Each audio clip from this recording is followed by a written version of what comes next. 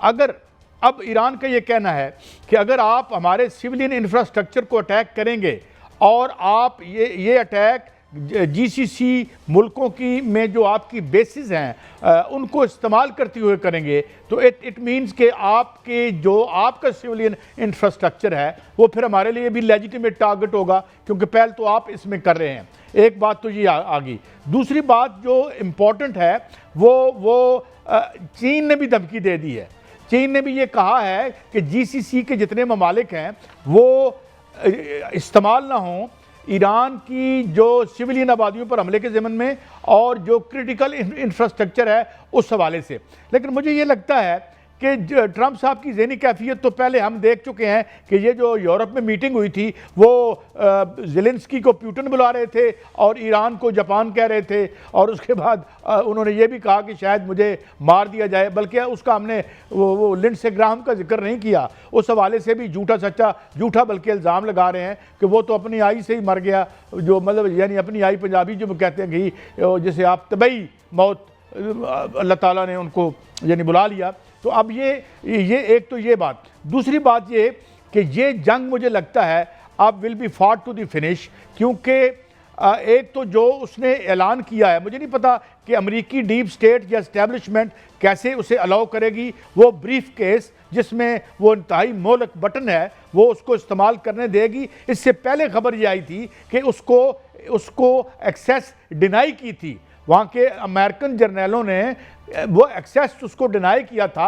ये खबर आई थी कि उनको मांग रहा था वो कि एक ब्रीफ केस होता है जो साथ चलता है उसके साथ साथ, जिसमें तमाम न्यूक्लियर जो एस्केलेशन की सारी सहूलत मौजूद होती है।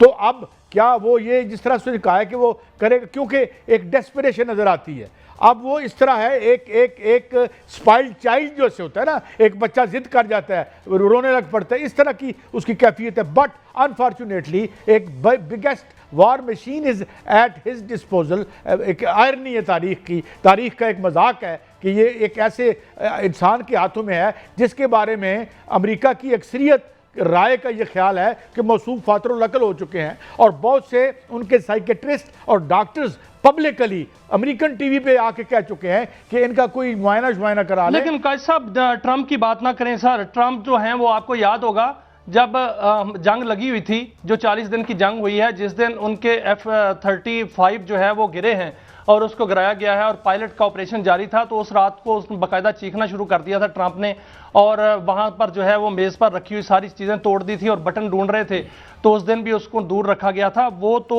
ऐसी हरकतें कर रहे हैं।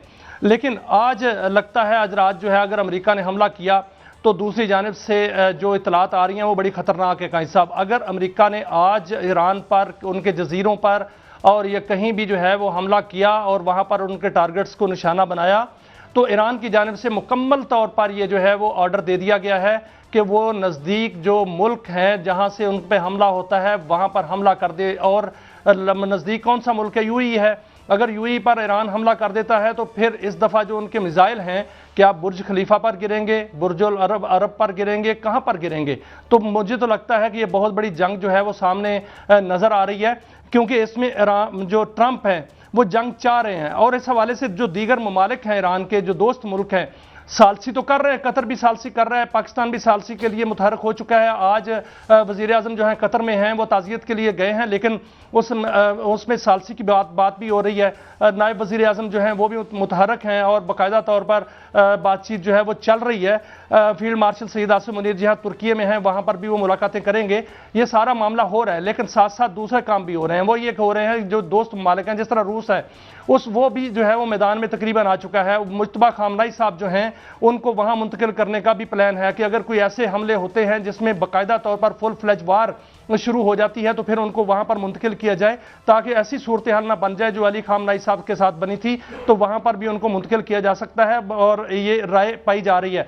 और इसके अलावा वहां से कुछ बहुत सी टेक्नोलॉजी जो है ये भी इतलात मिली हैं कि वो मुंतकिल की गई हैं ईरान को, और ईरान ने बाकायदा अपने जजीरों पर उसको इंस्टॉल कर दिया है। और अगर आज हमला होता है और जहां से भी हमला हुआ, जिस भी एयरबेस से हमला हुआ, वो उर्दन से हो, वो बहरीन से हो, वो कतर से हो, वो यूएई से हो, जिस भी जगह से होता है, तो अब पासदारान इनकलाब ने बाकायदा तौर पर यह ऐलान कर रखा है कि वो वहाँ पर हमले करेंगे, दिफाई हमले करेंगे, और उनका पहला हदफ जो है वो यूई ही होगा। अगर यूई पर हमला होता है तो उनके खैबर शिकन मिसाइल जो हैं वो बाकायदा तौर पर हमला करने के लिए उन्होंने सबसे पहली लहर जो है उसको मुंतखब किया है, और उसके बाद जो है उससे झील और दीगर मिसाइल जो है उनकी लहरें चलाएंगे और ये फुल फ्लैज वार शुरू हो जाएगी। अगर ये शुरू हो जाती है तो जो चीन के सदर कहते हैं वो एम ही नहीं कह रहे, वो बाकायदा इतलात के साथ कह रहे हैं, उनके पास सैटेलाइट जो है वो मालूमात हैं, इसलिए उन्होंने वार्न किया है कि इस तरह की हरकत जो है वो ना की जाए, क्योंकि दुनिया ना सिर्फ जंग की लपेट में आ जाएगी, तवानाई के बहरान की लपेट में भी आ जाएगी, और जो मुआशी बहरान है उसकी लपेट में भी आ जाएगी। कायद साहब आज देखें तेल की कीमतें बढ़ चुकी हैं, वहां अपना हरमूज में जो है ट्रैफिक कम से कम जो है वो हो चुकी है, वहां से आज सिर्फ 6 जहाज गुजरे हैं, कल जो है वो 20 जहाज गुजरे थे, कहाँ 140 जहाज और कहाँ जो है वो 6 जहाज, और इतनी कम जो वहाँ ट्रैफिक हो चुकी है, इससे तेल की कीमतें जो हैं उसमें भी इजाफा हुआ है, और उसमें वही सिचुएशन बन गई है जो फरवरी में और मार्च में थी। अगर इस सिचुएशन बढ़ती है तो फिर ये बड़ा खतरनाक होगा। अच्छा, इसमें पायलट खामोश है, वो खामोश नहीं है, वो किसी बड़ी साजिश का जो है उसमें लगा हुआ है कि इधर अमेरिका हमला करेगा, उधर से इजराइल हमला करेगा, लेकिन ईरान जो है वो मुकम्मल तौर पर तैयार है, जो दो जो है वो उस पे आ चुका है। दो आरा आई हैं, एक तो जो हम कोट करते रहते हैं लैरी सी जॉनसन को, वो भी एक्स ऑपरेटिव है, इसी तरह मैकग्रेगर को हम करते रहते हैं। इन्होंने दो बातें की हैं। एक तो उन्होंने ये बात की है, ये मैं आज की बात कर रहा हूँ उनकी रिसेंटली, कि बहुत सी सॉर्टीज या बहुत से जहाज़ जो हैं चाइना से वो यहाँ आते रहे, और बहुत सी ह्यूमैनिटेरियन एड जो है कि अब मुझे नहीं पता कि वो कैस्पियन सी के ज़रिए आई हैं जो कि रशिया से आई हैं। और साथ उन्होंने एक और बात भी की है, उन्होंने कहा है कि जो हालांकि ये बात ईरान ने कभी मानी नहीं और इस दावे को कभी चाइना ने तस्लीम नहीं किया कि वहाँ पे चाइनीज़ फुटप्रिंट्स हैं, चाइनीज़ जो माहिरीन हैं वो उनके मुताबिक ईरान में मौजूद हैं। ये दोनों यानी एनालिस्ट का कहना है। और साथ ये भी कि बहुत सा ऐसा, जिस तरह आपने टेक्नोलॉजी की बात की, वो बात कुछ मिसाइल्स की कर रहे हैं, कुछ असले की कर रहे हैं कि वो यहाँ पे ये ऑलरेडी वहाँ पर ये पहुँच चुका है। तो इसमें इसका मतलब ये है। और दूसरी बात कि एक बड़ी इसमें बड़ी नाजुक सी बात है, अभी इसमें इजराइल एंटर नहीं हो रहा, और इजराइल का मसला ये है कि Israel is very low on interceptors. Israel इसलिए नहीं, और ईरान भी इस हवाले से थोड़ी सी रेस्ट्रेंट दिखा रहा है, लेकिन मुझे इसकी समझ नहीं आई। कभी ये किसी माहिर से पूछेंगे कि अगर इजराइल इतना वल्नरेबल है तो उधर भी ज़रा थोड़ा सा ठोका ठाकी कर दें, ताकि, क्योंकि अब तो ये खुलम खुला एक खेल हो गया है। मगर मुझे मियाँ साहब ये लगता है कि ये एक वाटर लू की तरफ जा रहा है, जैसे हम अंग्रेज़ी में वाटर लू कहते हैं, ये ट्रंप अपने वाटर लू की तरफ जा रहा है। और उसमें जो स्ट्रेटजी है, मैं 2 फिक्रों में आपको बता दूं। स्ट्रेटजी ये है, ईरानी जो पासदारान इनकलाब हैं वो इतनी कास्ट जो है वो कर देना चाहते हैं इस जंग की कि वो इस दफ़ा ये चाह रहे हैं कि ठीक है, ये क्राइसिस जाहिर है, उनके जो बच्चे मारे हैं आप तो जवाबन वो करेंगे, कुछ ना कुछ तो करेंगे। और वो करेंगे क्या, या करना क्या चाह रहे हैं? वो चाह रहे हैं कि एक फुल ब्लोन रिसेशन अमेरिका को हिट करे, वहाँ पे जो $9 तक फी गैलन गैस की कीमत, गैस कहते हैं पेट्रोल को आमतौर पर अमेरिका में, वो उससे ऊपर जाए, और अंदर से प्रेशर इतना, क्योंकि जाहिर है अमेरिका एक बहुत बड़ी मिलिट्री माइट है और उसको इस तरह से टेक्निकली ही डील कर सकता है ईरान। तो वो चाहता है कि अंदर से इतनी प्राइस इनकर कर दे कि जो अंदर से इतना प्रेशर हो उस पर।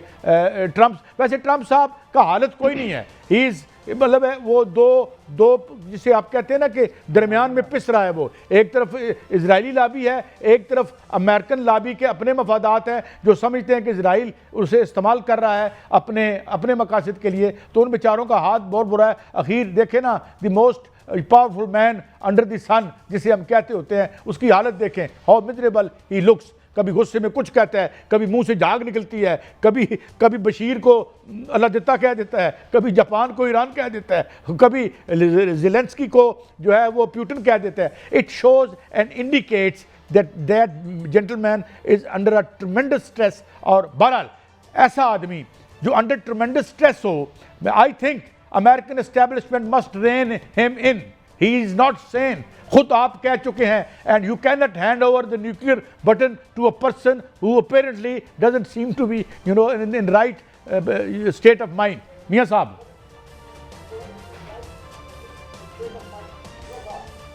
बिल्कुल काजी साहब, देखें जहां तक सदर ट्रंप की बात है वो तो दो तरह से परेशान है।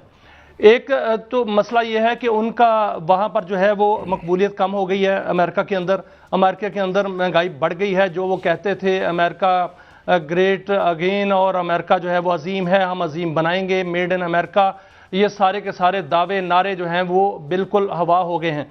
और दूसरा, उनको जो मशरक़ वुस्ता में हजीमत का सामना करना पड़ा है, शिकस्त का सामना करना पड़ा है, इसमें कोई शक नहीं, दोनों मुल्कों को, इजराइल को और अमेरिका को, वो भी उसको जो है वो बाकायदा तौर पर ये बात सता रही है। अब ट्रंप जो है वो हर सूरत ये जंग जो है वो लड़ना चाह रहे हैं। वो इसलिए कि अगर वो ये जंग नहीं लड़ता तो वो जंग जो है वो नहीं जीतता और दोबारा जो है वो विक्ट्री की तरफ नहीं जाता, तो फिर क्या होगा। पहले ही उनका जो है वहाँ पर जो उनकी मकबूलियत जो है वो बहुत कम हो गई है, तो अब मज़ीद कम हो जाएगी। इसलिए जो मैं तो पहले दिन से ये कह रहा हूँ कि ट्रंप और नेतन्याहू एक सिक्के के दो रुख हैं, और वो बाकायदा तौर पर प्लान के तहत जो है ये सारा काम हो रहा है। और ये बड़ी ग्रेट गेम जो है ये सारा कुछ उसका हिस्सा है जो ईरान और इजराइल और अमेरिका ने रीग्रुपिंग की है, इसमें कोई शक नहीं। लेकिन उस दौरान जो है वो ईरान जो है वो भी संभला है। उन्होंने बाकायदा तौर पर अपनी जो टेक्नोलॉजी रहती थी, जो सरप्राइजेस थे, उनको सामने ले आए हैं। और अभी उनकी सेकंड जो उनके असले की लहर है वो सामने आई है। थर्ड लहर जो है वो मौजूद है। उनके जजीरों के अंदर बाकायदा तौर पर ये जदीद टेक्नोलॉजी के हथियार मौजूद हैं।